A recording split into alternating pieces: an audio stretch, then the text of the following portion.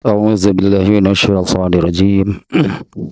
Kajian At-Tafsirul Munir Surat Luqman.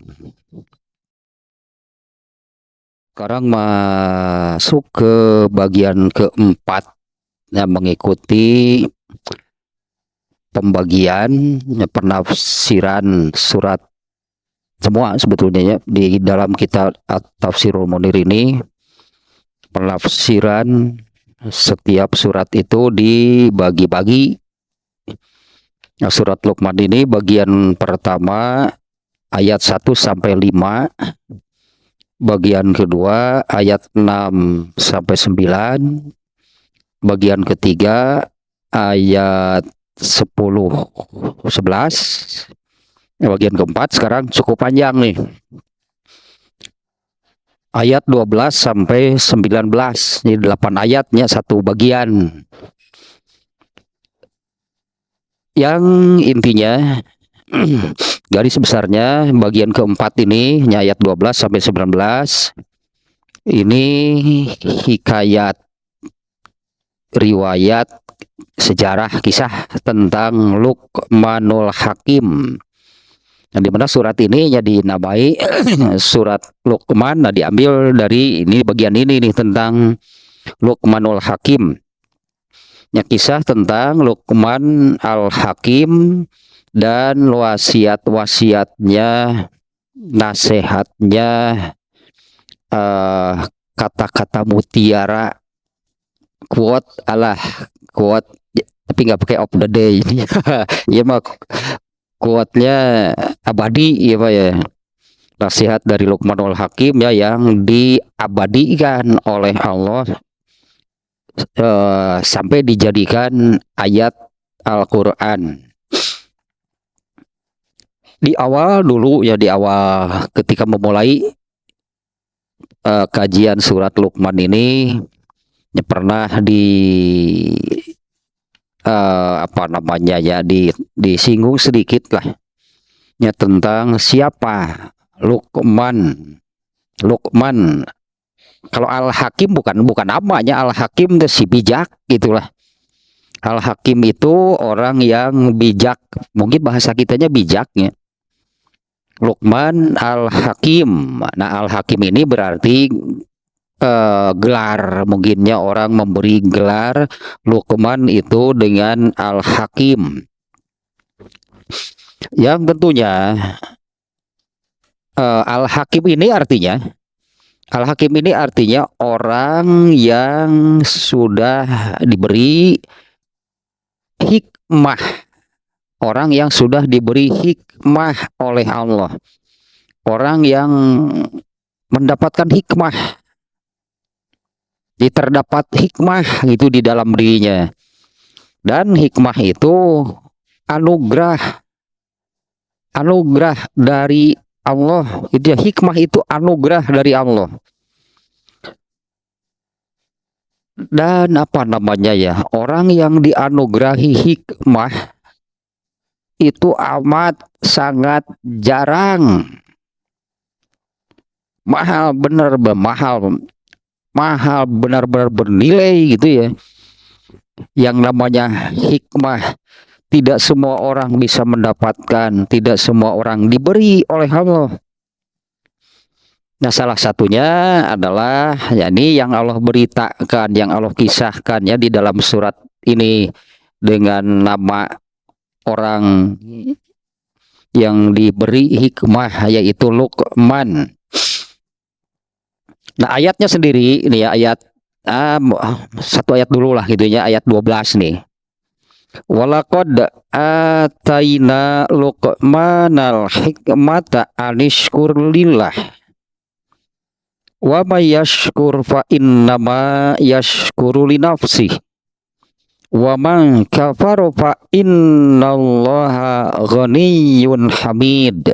Nah, ayat 12 sampai di sana.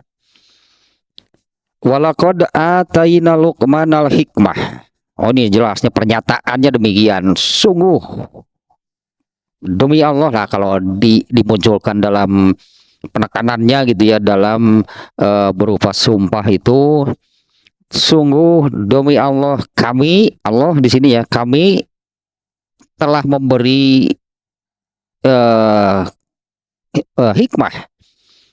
Walaqad ataina Luqman, sungguh kami telah menganugerahi Luqman hikmah. Hikmah ini sudah jadi bahasa Indonesia sebetulnya ya, bahkan di dalam Pancasila kan ada kata hikmah. Di sila keempat ada hikmah kan. Nah, itu sila keempat teh. Permusyawaratan lah pokoknya ada hikmah, keadilan dan sebagainya lah gitu. Ini artinya sudah masuk dalam bahasa Indonesia. Tapi entah karena banyak banyak kata-kata Arab, bahasa Arab bahkan itu ada di dalam Al-Qur'an ya. Seperti ini hikmah kan, ini ayat Quran. Walaqad ataina Luqmanal hikmah. Sungguh kami telah memberi anugerah kepada Luqman berupa hikmah. Entah nih hikmah dalam kamus besar bahasa Indonesia gitu ya. Sama nggak gitu dengan hikmah yang dimaksud oleh Allah di dalam Al-Quran? Kayaknya enggak deh. Kayaknya enggak ada, jauh biasa nama. Karena banyak contohnya seperti kata sabar, ikhlas, tawakal. Itu sudah jadi bahasa Indonesia, tapi ketika melihat kata tersebut di dalam kamus bahasa Indonesia, wah jauh ternyata dari apa yang dimaksud oleh kata tersebut di dalam Al-Quran, di dalam hadis. Yaitu ini annya tafsir ya. Walaqad ataina Luqmanal hikmah. Nah, sampai di situ tadinya bahwa sungguh demi Allah nih, Allah menekankan, Allah meyakinkan bahwa kami benar-benar telah menganugerahi Luqman hikmah.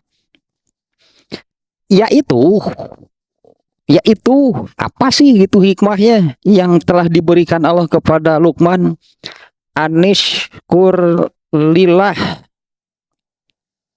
yaitu kalau dalam bahasa Arab ini an ya, an itu huruf tafsir. Jadi hikmah yang dimaksud oleh Allah telah dianugerahkan kepada Luqman itu adalah yaitu usykur lillah, yaitu bersyukurlah kepada Allah. Nah, ini seru nih sebetulnya nih nanti nih ya. Seru lah sih film. Emang film action apa? Anishkur lillah, yaitu bersyukurlah kamu kepada Allah. Wa may yashkur fa innama yashkuru li nafsi. Nah, kemudian Allah mengungkapkan di kalimat berikutnya, normatif secara umum berlaku untuk semua orang, bukan hanya untuk Luqman ya dalam hal ini. Waman yashkur, dan barang siapa, nah ini menunjukkan umum berartinya, barang siapa bersyukur seperti yang Allah perintahkan kan di ayat sebelumnya, di kalimat sebelumnya, barang siapa bersyukur fa innama, hanyalah kalimat mukiyatnya apa namanya, hanyalah adatul hasr namanya kalau dalam bahasa Arab, membatasi benar itunya. Hanya berarti nggak ada yang lain. Kalau sudah menyebut hanya berarti nggak ada yang lain. Barang siapa bersyukur, hanyalah hakikatnya, sesungguhnya yashkuru li nafsih, dia itu bersyukur untuk dirinya. Bersyukurnya kepada Allah, tapi hakikatnya bersyukurnya seseorang itu untuk dirinya, gitulahnya, untuk dirinya. Artinya kan bukan untuk Allah, bukan untuk orang lain, bahkan bukan untuk Allah, untuk dirinya. Barang siapa bersyukur, hakikatnya ya sesungguhnya hanyalah dia itu bersyukur bagi dirinya. Nah, tapi nanti apanya gitunya yang bagi dirinya itu apanya? Karena bersyukurnya itu kepada Allah. Tapi hakikatnya itu untuk dirinya sendiri. Waman kafaro. Nah, ini kebalikan nih. Kalau di ayat yang lain ini ya, waman kafaro, barang siapa kufur. Kalau di sini syukur itu kan syukur nikmat. Bersyukur itu kan atas kenikmatan. Dalam ayat ini, kalau boleh disebut secara khusus, Allah memerintahkan Luqmanul Hakim agar bersyukur kepada Allah terkait, nah meskipun kan semua kenikmatan, bukan hanya ini, terkait dengan anugerah hikmah yang Allah berikan. Bersyukurlah kamu atas anugerah hikmah tersebut. Waman kafaro. Nah, ini kan juga normatifnya secara umum. Barang siapa kufur, kufur nikmat. Ya, barang siapa kufur, fa innallaha ghaniyyun hamid. Bahasa orang mah nggak ngaruh, gitu. Bagi Allah nggak ngaruh. Barang siapa kufur nikmat, ada akibat nggak kepada Allah apabila manusia kufur nikmat? Karena yang memberi nikmat itu kan Allah. Yang memberi nikmat itu Allah, lalu manusianya kufur, tidak bersyukur. Disebutnya teh dengan nuhunkeun acan ke Allah teh. Dengan nuhunkeun acan. Sugan atuh nuhun Gusti. Terima kasih ya Allah. Teu gitu-gitu acan.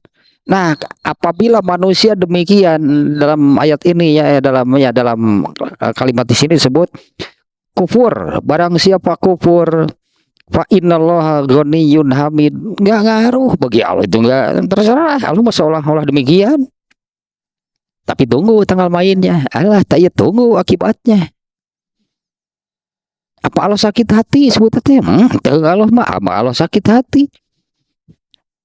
Apa tadilah apa sih pengaruhnya gitulahnya? Apa pengaruhnya apabila manusia itu kufur kepada Allah? Fa innallaha ghaniyyun hamid. Sesungguhnya Allah itu maha kaya. Allah itu maha kaya. Apa kekayaannya itu akan bertambah kalau manusia bersyukur? Apa kekayaannya menjadi berkurang itunya kalau manusia kufur?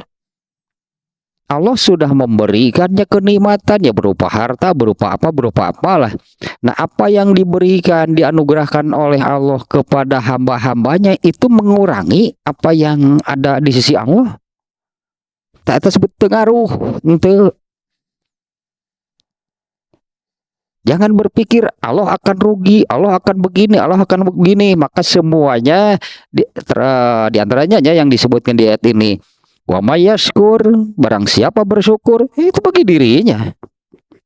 Wa man kafaro, barang siapa kufur, Allah itu maha kaya.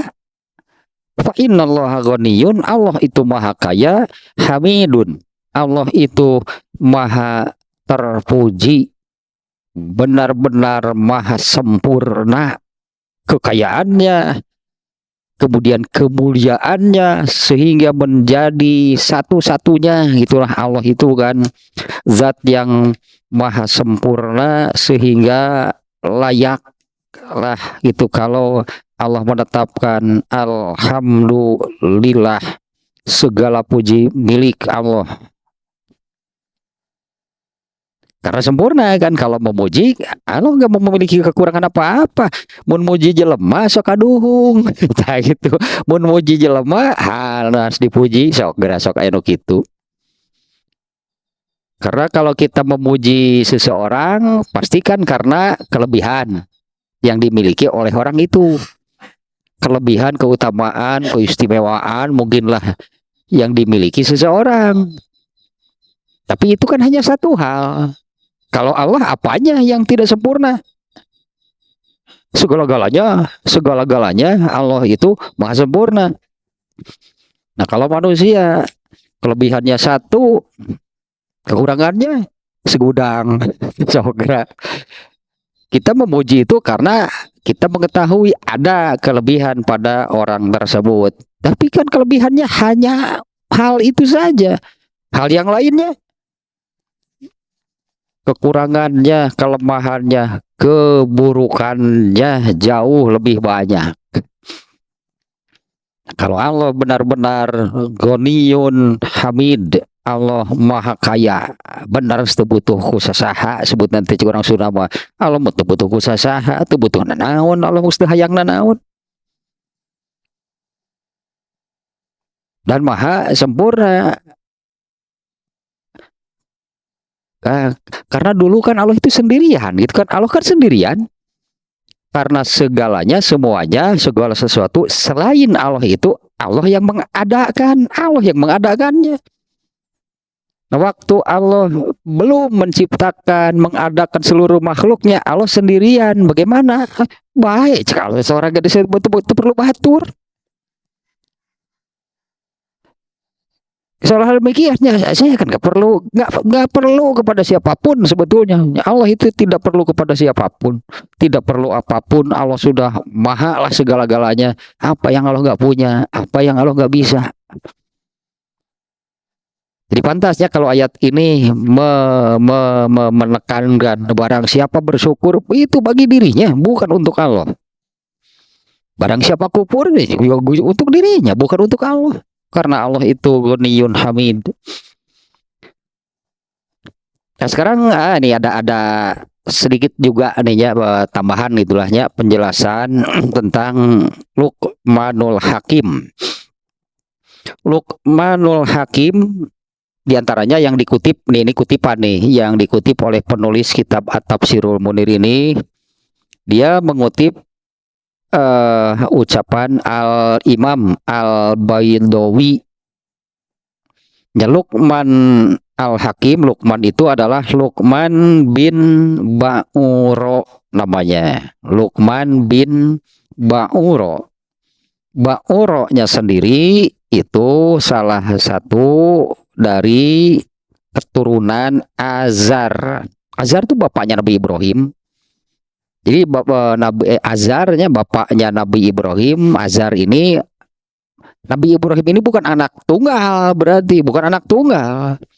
Azar ini anaknya bukan hanya satu, artinya ya Nabi Ibrahim bukan hanya yang memang apa namanya diangkat oleh Allah ya, karena diangkat kisahnya karena memang ditetapkan sebagai nabi kan Nabi Ibrahim.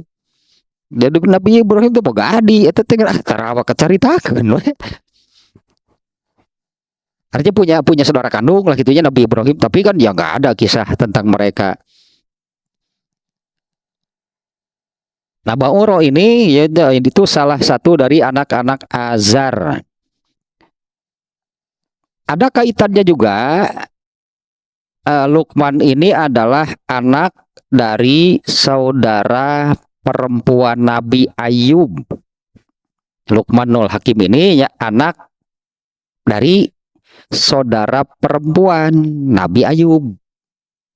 Jadi Luqman kan Nabi Ayub deh apa merenang status nanti Pak Ade atau Pak Le lah alah. Ya Pak Ade atau Pak Le lah, paman itunya wa. Dan dia itu hidup panjang ternyatanya. Luqmanul Hakim ini cukup panjang umurnya. Dia hidup hingga di masa kenabian Nabi Daud. Bisa kita lihat laginya urutan nabi dari atas, Nabi Adam itu kan, Nabi Adam, Nabi Idris, Nabi Nuh, Nabi Hud kalau nggak salahnya. Nah, terus itu ke bawah. Jadi tidak jauh antara Nabi Ayub dengan Nabi Daud. Karena ini kan masih ada kaitan saudaranya dengan Nabi Ayub. Dan dia hidup cukup lama hingga mengalami juga hidup di zaman Nabi Daud. Wa akhadha minhul ilma, dan Luqmanul Hakim ini banyak menimba ilmu dari Nabi Daud. Nabi Daud itu dianugerahi ilmu yang luar biasa sebetulnya. Seperti juga Allah menganugerahi ilmu kepada Nabi Sulaiman. Ya, Nabi Sulaiman itu kan bisa bahasa binatang, jadi entong gue ngobrol. Entong ngobrol. Burung bulbul gitu kan, terkenal kan kisahnya. Ketika Nabi Sulaiman mengumpulkan binatang-binatang, mana burung ini, burung bulbul kan disebutnya ya. Mana burung bulbul, tidak ada. Kenapa dia tidak hadir? Saya beri sanksi nanti kalau dia tidak hadir. Oh, ternyata dia itu sedang memata-matai, mengintai kaum Saba yang pemimpinnya itu perempuan, yaitu Ratu Balkis. Ya, kaum Sabanya yang pemimpinnya perempuan Ratu Balkis, di mana mereka itu adalah penyembah matahari. Dan benar, kemudian itunya burung itu datang dan lapor. Itu ilmu dari Allah. Sampai ilmunya sampai sedemikian rupa lah, bisa berkomunikasi dengan binatang. Kemudian semut juga di surat An-Naml, surat An-Naml judulnya semut. Semut itu kan berkata kepada kawan-kawannya, menyingkir, nanti kita mati nih, ini pasukan Nabi Sulaiman dan pasukannya mau lewat. Naon tuh ngomong naon cek Nabi Sulaiman teka sirum ngomong naon ngobrol aja. Ini antaranya nih saya catat nih ya. Surat Al-Anbiya ayat 79. Ini yang ayat ini ya yang menyatakan, menerangkan Allah memberi ilmu kepada Nabi Daud. Nih kita lihat nih ayatnya nih ya, surat Al-Anbiya surat ke-21 ayat 79. Fafahamna Sulaimana wa kullan ataina hukman wa ilman wa sakharna ma'a Dawudal jibala yusabbihna wat tayra wa kunna fa'ilin. Dan kami memberikan pemahaman ya kepada Sulaiman, Nabi Sulaiman, tentang hukumnya yang lebih tepat, dan kepada masing-masing, kepada keduanya, yaitu Nabi Daud dan Nabi Sulaiman. Kepada keduanya, hanya ini Nabi Daud dan Nabi Sulaiman. Di ayat sebelumnya disebut-sebut Nabi Daud. Kepada keduanya kami berikan hikmah dan ilmu, dan kami tundukkan gunung-gunung dan burung-burung, semuanya bertasbih bersama Daud, dan kamilah yang melakukannya. Ini diantaranya pernyataan itu dari Allah, bahwa Allah telah memberi hikmah dan ilmu kepada Nabi Daud. Artinya ilmu yang tingginya, ilmu yang luar biasa. Demikian juga kepada Nabi Sulaiman. Kemudian satu lagi di surat An-Naml ayat 15. Surat An-Naml surat ke-20. An-Naml ayat seberapa? 27. Ini ayat ke-15. Kita lihat juga nih ayatnya nih ya. Cukup banyak sebetulnya Allah menyebut nama Daud, Nabi Daud di dalam Al-Qur'an. Nah, ayat ke-15 nih. Walaqad ataina Dawuda wa Sulaimana ilman. Nah, sangat jelasnya ayat ininya menyatakan demikian. Dan sungguh kami telah memberikan kepada Nabi Daud dan Nabi Sulaiman ilmu. Ya, sungguh kami telah memberikan ilmu kepada Daud dan Sulaiman. Waqala, dan keduanya mengatakan, alhamdulillahillazi faddalana ala kasirin min ibadihil mu'minin. Tayyun sebut nganuhunkeun itu secara lisan, itu secara ucapan gitu, dia mengatakan terima kasih ya Allah. Ini seperti Nabi Sulaiman dan Nabi Daudnya dianugerahi ilmu, kemudian keduanya berkata, alhamdulillah, ya segala puji bagi Allah yang telah memberi kelebihan kepada kami atas kebanyakan dari hamba-hambanya yang beriman. Nah, Luqmanul Hakim ini seperti barusannya, dia itu mengalami umurnya panjang hingga mengalami masa Nabi Daud dan mendapatkan artinya belajar dan mendapatkan banyak ilmu dari Nabi Daud. Nah, karena Nabi Daudnya tadinya seperti di ayat-ayat barusan, Allah menyatakan Allah memberikan ilmu yang tinggi, ilmu yang banyak, ilmu yang luar biasa kepada Nabi Daud dan Nabi Sulaiman. Dan Allah memberikannya hikmah. Nah, ini yang spesial benar gitu yang namanya hikmah. Tidak semua orang diberi oleh Allah. Berupa hikmah ini seperti inilah hanya kalau mungkin diurai. Satu, diberi hikmah itu al-aqlu, al-fatonatu, al-ilmu, wal isobatu fil qaul. Diberi hikmah itu diberi bahasa kitanya akal yang tajam. Diberi akal yang tajam. Apa bahasa kitanya IQ-nya tinggi, otaknya encer, mungkinlah sebutannya demikian ya. Dianugerahi IQ yang tinggi, otaknya encer, memiliki ketajaman pemikiran, wal fatonatu, dan kecerdasan. Ya iyalah pasti dianugerahi. Wal ilmu, jadi diberi ilmu, wal isobatu fil qauli, dan ucapan yang sehingga ucapannya ini tadi menjadi kata-kata mutiara, menjadi nasihat. Nah, ucapannya itu demikian itu ya. Nah, orang yang diberi hikmah itu sebetulnya muara akhir. Orang yang diberi hikmah, orang yang sudah mendapatkan hikmah dari Allah, muaranya adalah beramal sesuai dengan ilmu yang dari Allah. Itu ciri orang yang sudah mendapatkan hikmah. Sebetulnya lihatlah pada amalannya. Ya, apabila amalannya itu sesuai itunya dengan ilmu yang dari Allah, nah maka itu orang sudah mendapatkan hikmah. Karena apabila jadi disebut beginilah ya. Karena apabila oleh Allah diberi ilmu, jangan dulu ilmu lah sebutnya. Oleh Allah diberi pengetahuan yang banyak. Ya, oleh Allah diberi pengetahuan yang banyak. Jadi banyak pengetahuan lah katakannya kalau sekarang ini mungkin pengetahuan ilmu agamanya, Al-Qur'annya bisa jadi ayat-ayatnya hafal. Kemudian hadis juga demikian.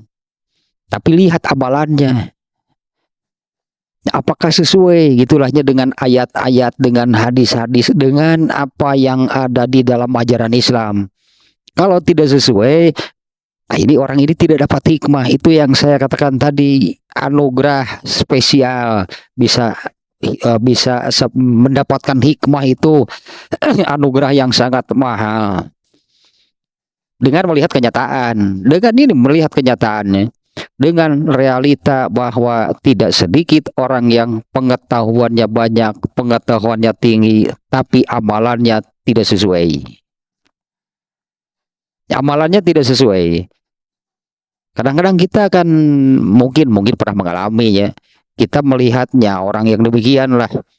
Menurut kita yang wah ini pengetahuan agamanya hebat lah, mantap lah. Lalu kita mengatakan ketika melihat amalnya, hanya siur hafal dalil, pernah nggak melihat seperti itu? Masa sih dia tidak tahu dalilnya? Karena kita yakin pengetahuan orang ini atau tentang hal itu dia tahu, tapi pengamalan belum tentu. Nah, Luqmanul Hakim sendirinya diberi itunya ketajaman akal, diberi kecerdasan, itulahnya IQ yang tinggi, diberi ilmunya oleh Allah, dan juga diberi kalau bicara baik pastilahnya. Kalau bicara ucapannya itu baik, benar, tepat. Sehingga terkenalah justru dari hal ini ya, terkenalah Luqman itu sebagai orang yang bijak. sampai sampai mendapatkan gelar Luqman si bijak gitu kan. Luqmanul Hakim itu Luqman si bijak. Dulu ada orang dulu di zaman Rasulullah SAW ada juga orang yang seperti ini tapi bukan hakim ya, hikam apa eta kene hakim jeung hikam itu hakama kene gitunya, huruf-hurufnya kan hakim hikam hurufnya sama. Di zaman Rasulullah SAW orang yang mendapatkan gelar seperti ini adalah Amr bin Hisham. Sama juga ini orang yang dikenal dengan apa namanya kalau sekarang sebutannya jenius, IQ-nya tinggi, otaknya encer, kalau bicara itulahnya memutuskan, sehingga menjadi tempat orang bertanya kalau punya masalah, kesinilah datangnya kepada Amr bin Hisham. Kemudian orang ini mendapatkan sebutan Abul Hikam, kurang lebih Al-Hakim lah gitunya, si bijak. Tapi ketika Rasulullah SAW mengumumkan kenabiannya, menyampaikan agama Islam, dia menolak. Padahal Rasulullah juga kan bisa menilai, mana mungkin akal sehatnya, kecerdasannya menolak Islam, mustahil. Karena Islam ini benar, karena pada Islam ini yang ada hanya kebaikan. Jadi Islam ini, itulah yang ada di dalam Islam ini hanya kebaikan yang benar. Nggak akan bisa lah, memang nggak akan ada mencari kesalahan di dalam Islam ini. Ada yang salah, yang mana? Coba tunjukkan. Nah, kecerdasan, kejeniusan Amr bin Hisham, Abul Hikam mustahil menolak. Tapi dia menolak, ternyata karena ada kepentingan. Maka betapa bodohnya gitulahnya, betapa bodohnya orang ini kok jadi dungu gitulahnya, kok jadi dungu, sedungu itu dia menolak Islam. Yang ternyata kan di kemudian hari orang ini mengungkapkan Muhammad itu benar, Islam itu benar.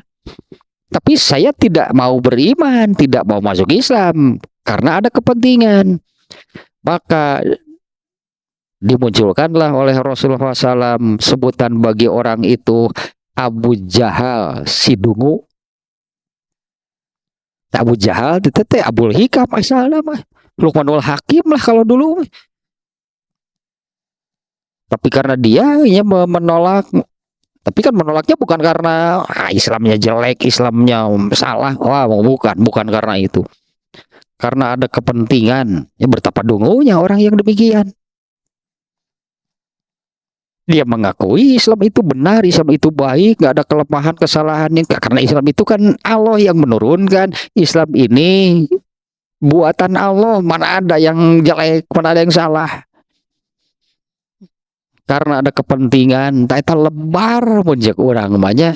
Padahal kepentingannya hanya kepentingan sesaat, pasti kepentingannya kepentingan keduniaan. Kenapa lebih mementingkan? Kenapa lebih memilih kepentingan sesaat, kepentingan keduniaan dibandingkan dengan dia memilih beriman, memilih masuk Islam yang ternyata benar kan kepentingannya sesaat. Sampai kapan Abu Jahal berjaya? Ya, Abu Jahal berjaya sampai kapan? Hancur kan akhirnya oleh Allah, disiksa oleh Allah, ditimpakan azab yang menghinakan bahkan. Nah, kembali ke ini nih ya,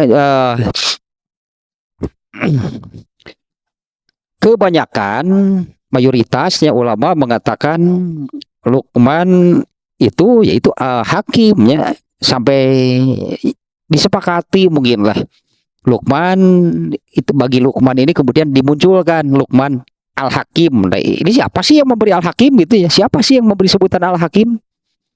Nah, itu mah kesepakatan para ulama lah itulahnya, Luqman Al-Hakim. Walam yakun nabiyan, padahal dia bukan seorang nabi. Dari sini kita nih sudah bisa mengambil pelajarannya, karena kita harus dapat pelajaran kan dari sini. Kalau tadi Nabi Daud, Nabi Sulaiman, nabi-nabi, wah sudah pastilah masa Nabi itu ya, masa Nabi tidak demikian. Masa ditetapkan oleh seorang Nabi bukan manusia yang istimewa.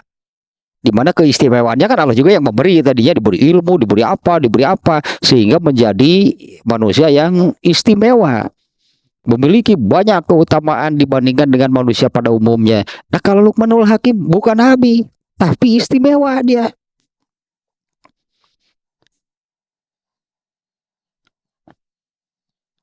Kalau di zaman Rasulullah SAW ya nabi dan para sahabat. Rasulullah SAW sudah pasti katakanlah kalau semua nabinya diberi keutamaan, diberi keistimewaan, diberi mujizat bahkan. Dimana kalau mujizat itu hanya kepada nabi ya. Jadi kalau hari ini jangan lagi mengatakan mudah-mudahan ada mujizat. Itu mujizat ya wah.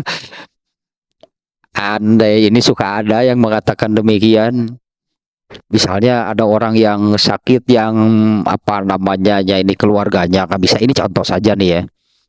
Di satu keluarga itu ada salah seorang di antara mereka sakit, yang bahkan menurut dokter artinya kan menurut ilmu yang mereka miliki, wah ini kesempatan hidupnya kurang lebih sekitar sekian bulan lagi. Kan keluarganya berharap mudah-mudahan ada mukjizat. Dua ayat mukjizat emang mana nabi curang teh. Mungkin lah bahasanya keajaiban lah, miracle gitulah. Kalau berharap mukjizat mah salah sih, salahnya harus diluruskan, ini harus dikoreksi. Karena mukjizat itu hanya Allah berikan kepada nabi. Tapi kalau sesuatu yang keajaiban, miracle yang di luar nalar kemampuan manusia sampai hari ini banyak. Sampai hari ini banyak ya hal yang oleh manusia tidak bisa dijangkau. Tidak bisa dijangkau lah, bahkan ini saya lihat di YouTube lah, di satu videonya, entah ini editan atau bukan walau alam, tapi itu yang saya lihat. Ada seorang ibu yang membawa anak pakai apa namanya seperti troli belanjaan deh. Ya roda bayi mungkin ya. Nyebrang jalan. Ternyata datang mobil dengan kecepatan tinggi dan kena roda tersebut. Tapi di video tersebut entah dari mana datangnya, ada yang membawa bayi, mengangkat bayinya. Kalau rodanya tertabrak bayinya dengan si ibunya, entah siapa, apa namanya gaib dan sebagainya lah, nggak tahu lah, selamat. Bukan seolah-olah, kalau ditayangkannya ada yang mengambil bayinya dan membawa si ibunya ke pinggir kalau rodanya hancur. Gitu kan videonya, entah editan atau bagaimana. Tapi kan bisa saja itu benar, itu asli. Banyak sebetulnya sampai hari ini keajaiban, hal-hal yang di luar jangkauan kemampuan akal manusia itu terjadi banyak. Bisa jadi satu saat kita mengalami. Tong aneh nuk itu karena Allah maha kuasa. Ya kita saja yang tidak mampu memahaminya. Tapi jangan menyebut itu mujizat. Mujizat bukan. Itu hanya harus dikoreksi saja kalau ada yang bilang demikian ya. Mudah-mudahan saja nih Allah menurunkan mukjizat di mana tadinya keluarganya berharap itulah kesembuhan tentunya. Sementara menurut ilmu yang dimiliki oleh dokter kan ini kesempatan hidupnya saja hanya tinggal beberapa bulan. Nah, kalau para nabi kan bahkan diberi mukjizat. Tapi kan para sahabat tentunya kan bukan nabi kan. Karena kan hanya ada dua sebutannya, nabi dan umatnya. Kan benar kan, hanya ada dua kan sebutannya, nabi dan umatnya. Umatnya itu siapa? Kalau dulu yang sejaman dengan Nabi, itulah yang disebut dengan para sahabat. Ternyata para sahabat juga banyak yang mendapatkan keutamaan. Banyak yang memiliki karena diberi, pasti ini karena diberinya. Tapi dengan catatan Allah hanya memberi kepada yang benar-benar menginginkan. Kalau yang tidak menginginkan, nah contohnya Abu Jahal tadi si dungu, kurang apa? Padahal dia sudah bisa secara hati kecil, dia menerima benarnya Islam. Tapi kan dia tidak menginginkan. Nah ini yang tidak diinginkan. Dia tidak menginginkan hikmah. Dia tidak menginginkan hidayah gitulahnya. Padahal pengetahuan. Makanya bisa menilai Islam ini benar. Artinya dia tahu. Dia punya pengetahuan tentang Islam. Dan Abu Jahal itu kan dianugerahi dianugerahi yang tadilah dianugerahi kecerdasan, IQ-nya tinggi, otaknya encer, jenius, brilian. Abu Jahal itu orang yang demikian. Tapi kan dia menerima Islam nggak? Ternyata menolak. Dia tidak menginginkan. Nah, hal seperti ini hanya Allah berikan kepada yang benar-benar, garis bawah kita, benar-benar menginginkannya. Jadi itu kalau hanya seperti ini, mau nggak? Siapa yang nggak mau? Kalau ditawari aja ya pasti mengatakan mau. Kamu mau nggak dapat hidayah? Coba tanya semua orang.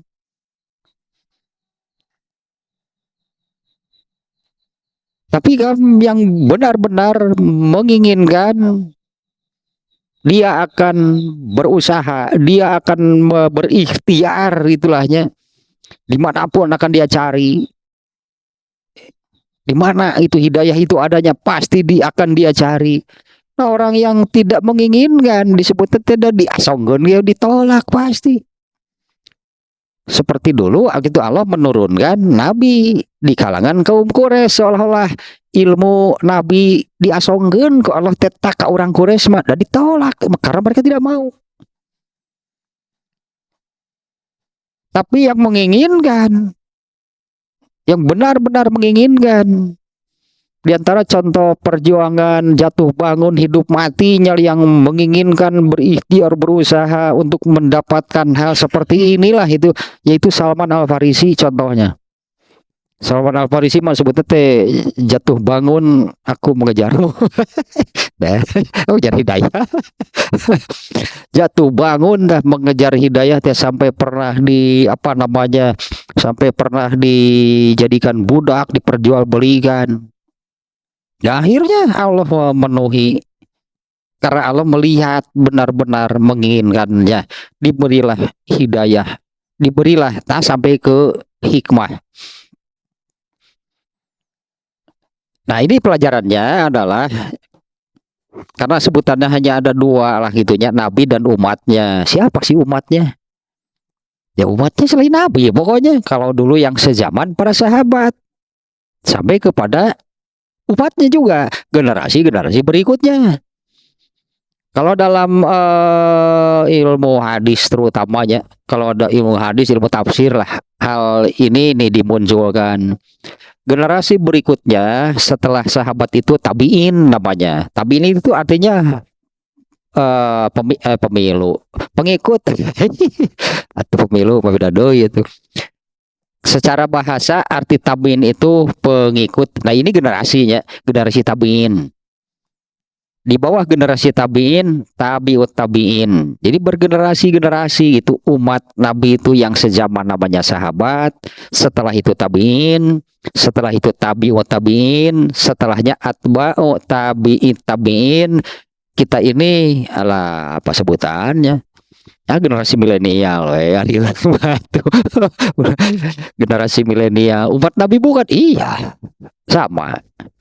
Nah, apakah Allah memberi hal ini keutamaan, keistimewaan, hikmah hanya kepada umat Nabi yang sezaman? Kan enggak. Mereka contoh berarti banyak contohnya kalau kita mau melihat. Karena kita tadinya secara garis besar pokoknya kita bagi dua saja, Nabi dan umatnya berarti. sahabat. Itu sebutan tadi untuk yang sezaman. Nah, banyak di kalangan sahabat yang mendapatkan apa yang disebutkan di ayat inilah, yaitu hikmah tadinya, mendapatkan apa namanya tadi, ilmu, keutamaan, diberi hikmah. Nah, kalau di kalangan sahabat itu amat banyak orang yang mendapatkan demikian. Di kalangan tabiin banyak. Di generasi berikutnya nah banyak. Sebutlah misalnya kita menyebutnya Imam Syafi'i, siapa yang tidak mengakui kehebatannya?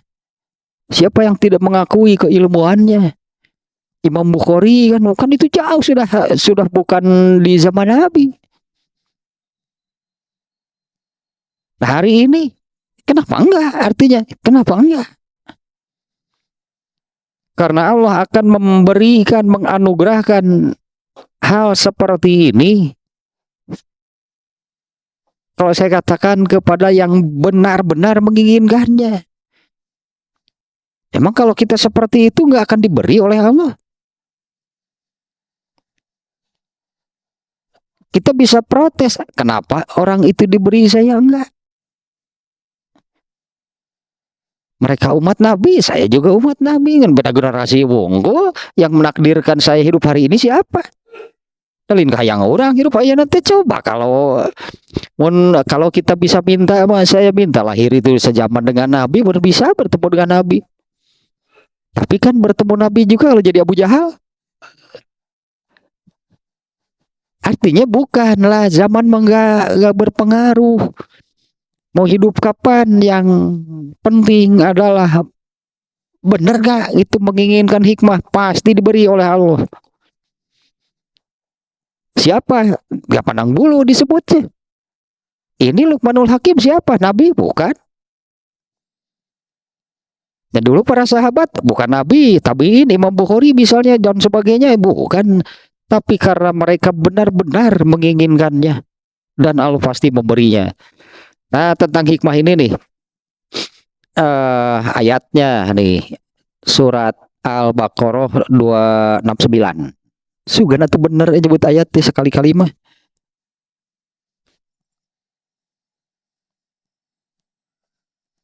Nah, benar. Hikmah nih, tentang hikmah nih. Ayat 269. Yuk til hikmata mayyasha. Nantinya ayat ini dari redaksinya nih gitu, seperti ini nih. Wa may yu'tal hikmata faqad utiya khairan katsira. Wah, benar kan? Ini hikmah mas, sesuatu yang spesial pokoknya malah. Ya, sesuatu yang tidak Allah diberikan kepada semua orang, hanya orang-orang tertentu. Wa ma yadzakaru illa ulul albab. Dia Allah ya memberikan hikmah, menganugerahkan hikmah kepada siapa yang ia kehendaki. Itu redaksinya menunjukkan nggak semua orang diberi, benar nggak? Coba redaksinya nih. Yu'til hikmata mayyasha. Nah, ini sudah benarlah terjemahnya seperti ini ya. Dia memberikan, menganugerahkan hikmah kepada siapa yang ia kehendaki. Kan redaksi seperti itu menunjukkan enggak kepada semua orang. Allah memberikannya kepada siapa? Kepada yang ia kehendaki. Itu menunjukkan enggak semua orang diberi hikmah. Barang siapa diberi hikmah, sesungguhnya dia telah diberi kebaikan yang banyak, yang banyak. Barang siapa dianugerahi hikmah, sesungguhnya dia telah diberi kebaikan yang banyak.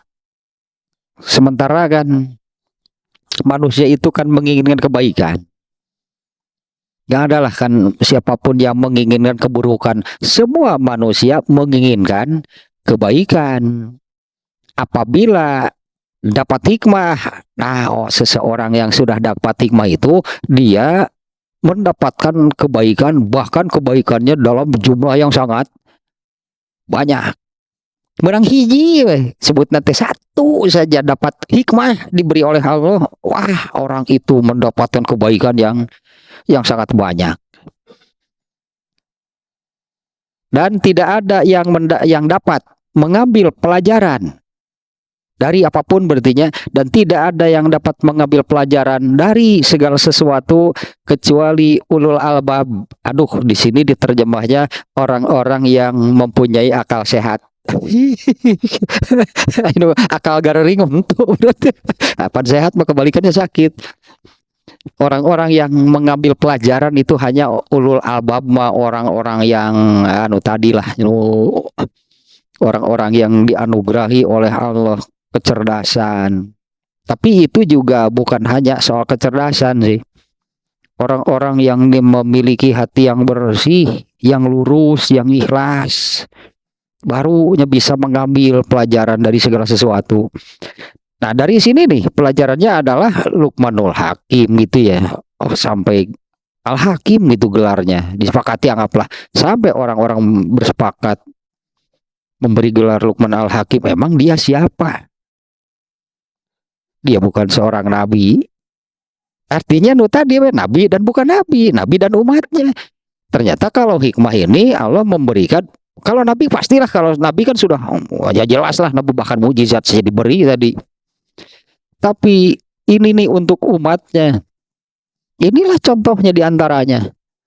Luqmanul Hakim itu bukan seorang nabi, tapi dia ini seperti ayat, redaksi ayatnya ya, walaqad ataina Luqmanal hikmata, kami benar-benar sudah memberi hikmah kepada Luqman.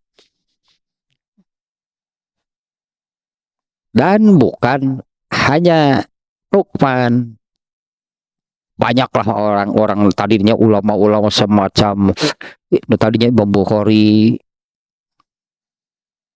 Kalau kita menyebut ulama kan sangat banyaknya, Imam siapa lah, Imam Tabrani ya gitu, Imam An-Nawawi, mereka itu sudah diberi hikmah oleh Allah. Dan tadi ya hikmah naonnya, orang yang sudah dapat hikmah itu seperti apa sih? Yaitu orang-orang yang beramal sesuai dengan ilmu yang dimilikinya. Kalau jadi semakin banyak, berarti semakin banyak ilmu yang dipelajarinya. Setiap dapat ilmu, katakanlah setiap dapat ilmu atau pengetahuan, asalnya tidak tahu, kemudian jadi tahu. Setelah tahu, amalkan. Tambah lagi pengetahuannya, karena kan terus itu kan bertambah ilmu, karena kan memang wajib sebutnya tolab ilmu ya, mempelajari ilmu kan hukumnya itu wajib, murukan aitar ngaji itu doraka gitu. Terutama ilmu agamanya, saya menyebutkan ngaji itu kan karena kan ilmu agama adanya di sana kan, biasanya kan di pengajian-pengajian, majelis-majelis taklim lah, apapun namanya, jadi MT naon lah ngaranna teh. Ngabring ke bawah dedeh di seragam. Kami dari majelis taklim. Liur cikur. Di seragam. Kan di sana kan adanya ilmu agama, di mana apa namanya sebutkannya, mungkin bahasanya jadi tepat gitu dalam bahasa Indonesia mah, menuntut ilmu, karena ilmu nggak bisa sekaligus. Ilmu pasti demikian, sedikit, tapi harus terus dilakukan sampai akhir hayat, karena kewajiban mencari, menuntut ilmu kan tanpa batas waktu, sampai kapan ya, sampai akhir hayat. Nah, orang yang dapat hikmah itu adalah orang yang artinya ilmunya terus ditambah, terus dicari gitunya, menuntut ilmu, mencari ilmu, terus bertambah ilmu, dan setiap ilmu yang didapatkan itu diamalkan. Tah hikmah manuk itu. Ya, orang yang beramal sesuai dengan ilmu yang dimiliki. Sampai akhir hayat seseorang, apa tahu segala-galanya tentang Islam, boro-boro udah maka umuran sebetulnya. Maka umuran kalau betul-betul ingin bisa mengetahui semuanya gitunya secara sempurna tentang agama Islam, penok teuing umur jelema dengan saeutik. Aneh ini seperti ini. Misalnya ini hanya ilustrasi lah gitu ya. Kalau ilmu di dalam Islam ini ada 1.000 nih. Totalnya misalnya ilmu yang ada di dalam Islam ini ada 1.000. Kan perintah Allah itu ya, pelajari, artinya kan pelajari, cari, dapatkan ilmunya tentang Islam ini. Ini ada 1.000 nih. Kita pelajari, terus pelajari, tidak berhenti, artinya tidak berhenti mencari ilmu, belajar. Baru dapat 10 kita meninggal. Emang seberapa banyak ilmu yang kita miliki? 10.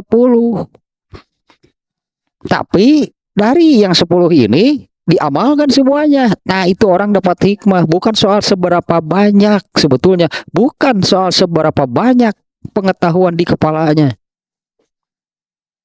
Orang yang dapat hikmah itu adalah orang yang mengamalkan intinya setiap apa yang diketahuinya. Banyak apalagi kan tentunya kan banyak apalagi lebih banyak juga kan yang diamalkannya. Sehingga menjadi Rasulullah kan menyebutkan bahwa manusia terbaik itu adalah orang yang umurnya panjang dan baik amalnya.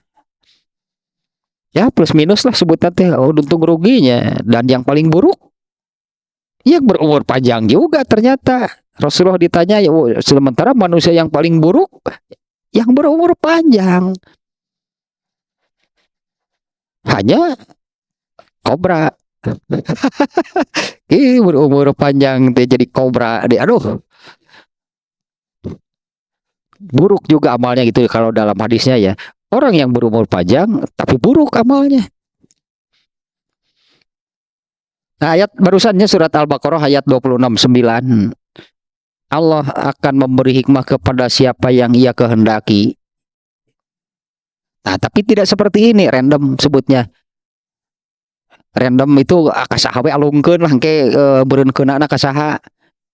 Ini manusia gitulahnya. Allah itu melempar misalnya demikian, melempar hikmah gitu nya kasaha we keunana, lamun keuna kasih berarti si eta. Bukan demikian. Ya Allah memberi kepada mereka yang betul-betul menginginkan, mereka yang mencari dimanapun, seolah-olah dimanapun berada mereka akan mencarinya. Bahkan disebutnya mereka akan memperjuangkannya dengan pengorbanan lah, tentulah perjuangan mah perlu pengorbanan. Di mana di mana kita perjuangan lah perlu pengorbanan atau perjuangan dan doa deh pokoknya mah di mana lagi perjuangan waktu harus ada pengorbanan. Di mana berjuang tanpa berkorban terus kebodor sih kalau berjuang ya tapi berkorban sedikit saja nggak mau mau libere. Ya artinya mengorbankan waktu, mengorbankan harta, mengorbankan bahkan mengorbankan dirinya sendiri sebetulnya. Kalau betul-betul menginginkan. Salman Al-Farisi contohnya. Dia mengalami sampai jadi budak dijual, budak dijual berkali-kali ke sana kemari. Akhirnya ya Allah pertemukan dengan tadi tahu hidayah, ilmu, hikmah. Sampailah ke Mekah bertemu dengan Rasulullah. Nah di antara nih, ini kutipan nih ya. Jam teh anggar kakara ge pieu atuh. Rusuhan wae di mana jam teh. Di antara nih kata-kata mutiara mungkinnya kata-kata mutiara atau wasiat nasihat Luqmanul Hakim nih. Asumtu hukmun wa qalilun fa'iluhu. Ada lebih pendek nih. Asumtu hukmun wa qalilun fa'iluhu. Diam itu adalah, nah ini hikmah lah, hukmun, hikmah, hikam tadinya itu dari hakama. Kalau akar katanya dari kata yang sama, hakama, hikmah, hakim, hikam tadi hanya hukum. Fakultas hikam baik ternaun diganti fakultas hikmah atau kudu namanya. Wah boleh fakultas hikmah naik di kuliah didinya, siapa tahu jadi orang-orang yang berhikmah. Fakultas hukum nggak fakultas hikmah. Mun aya pengutas hikmah bener mantap sih kan teh. Asum tuh hukmun, diam itu, nah ini kan sampai terkenal kan, diam itu emas. Artinya diam itu sesuatu yang, ya apa sih maksudnya diam itu emas? Diam itu mahal, berarti diam itu sesuatu yang bernilai, berharga. Wa qalilun fa'iluhu, tapi sayang, jarang justru sedikit orang yang melakukannya. Jadi kumaha tuh ngeromong aja lo mati. Nih mung jempe teh, hese jempe teh. Aduh ini nantilahnya ini waktunya nih. Saya ini kebetulan buka-buka gitu, dapat hadis yang demikian. Orang yang sudah dapat ilmu, dapat hikmah, dia akan semakin jarang bicara. Tidak mudah berbicara, itulahnya. Ya itu karena pada mahal berenang itu ucapan ngomong deh. Nah diam itu emas, mungkin lah mungkin demikiannya, diam itu emas, tapi ya sayang sangat jarang sekali orang melakukannya. Mungkin kalau di depan ahli ilmu, loba ngomong di depan ahli ilmu, wah parah teman. Banyak bicara di depan ahli ilmu, ahli hikmah. Da itu dengan saukurnya mungkin kebodohan geus ditinggali eta teh. Karena ahli hikmah, ahli ilmu, ahli hikmah, dia punya ilmu, dia punya hikmah, dia bisa menilai kan omongan seseorang. Bicara di depan ahli ilmu, ahli hikmah harus hati-hati justru. Nah, jangan sampai demikian lah, seolah-olah gitunya. Loba ngomong tapi sebut nanti dina ngomong lagi kan saukurnya mungkin kebodohan era kudu lagi atuh. Nepi ka ngabaluar balieur gitu batur mah ya Allah ngomong naon atuh jelema teh kurang ngomong naon cenah ieu teh. Jangan sampai demikian lah ya. Jadi jangan sampai jadi jauh gitu dari ilmu, dari hikmah. Jangan sampai dina ngomong lagi kan saukurnya mungkin kebodohan. Adau dina ngomong lagi kan saukurnya mungkin kebodohan. Mending jempe nih ilmu itu asum tuh hukmun, diam itu masa mungkin bisa jadi demikian lah intinya. Diam itu emas, tapi sayang, tapi sangat sedikit orang yang melakukannya. Kemudian satu lagi nih, Luqmanul Hakim ya, Luqman Al-Hakim ditanya, Ayyun nasi syarun, manusia yang buruk itu yang seperti apa sih? Itulah kurang lebih demikiannya. Manusia yang buruk itu yang seperti apa? Luqman menjawab, Allazi la yubali in ro'ahun nasu musian. Orang yang tidak peduli meskipun di mata orang dia itu orang yang buruk. Di mata orang artinya orang-orang itu tahu bahwa dia ini seorang yang buruk, tapi dia gak peduli. Kekeh prinsip netik mau orang hirup-hirup orang mau orang hirup-hirup orang ngurusting batur tang karena itu ngomong nanti. Manusia yang buruk itu adalah yang seperti itu. Mestinya apa yang dari orang lain yang sampai kepada kita, apakah itu hal yang baik atau hal yang buruk, kan mestinya kan dijadikan pelajaran. Mestinya dijadikan pelajaran untuk gitulah, untuk menjadikan diri ini semakin baik. Nah, manusia yang buruk itu adalah orang yang dia tidak peduli, padahal orang-orang sudah memandangnya sebagai seorang yang buruk. Tapi dia ini kan bersikap acuh saja. Itu orang, hirup-hirup orang. Waktu kumaha gitu mah mau berubah bagaimana kalau prinsipnya demikian. Padahal ini pandangan orang, perkataan orang itu sudah serungsep disebut nanti tidak kekeh gitu. Nah, manusia yang buruk itu adalah manusia yang tidak peduli. Itulahnya tidak pedulinya, padahal orang-orang memandangnya sebagai orang yang buruk.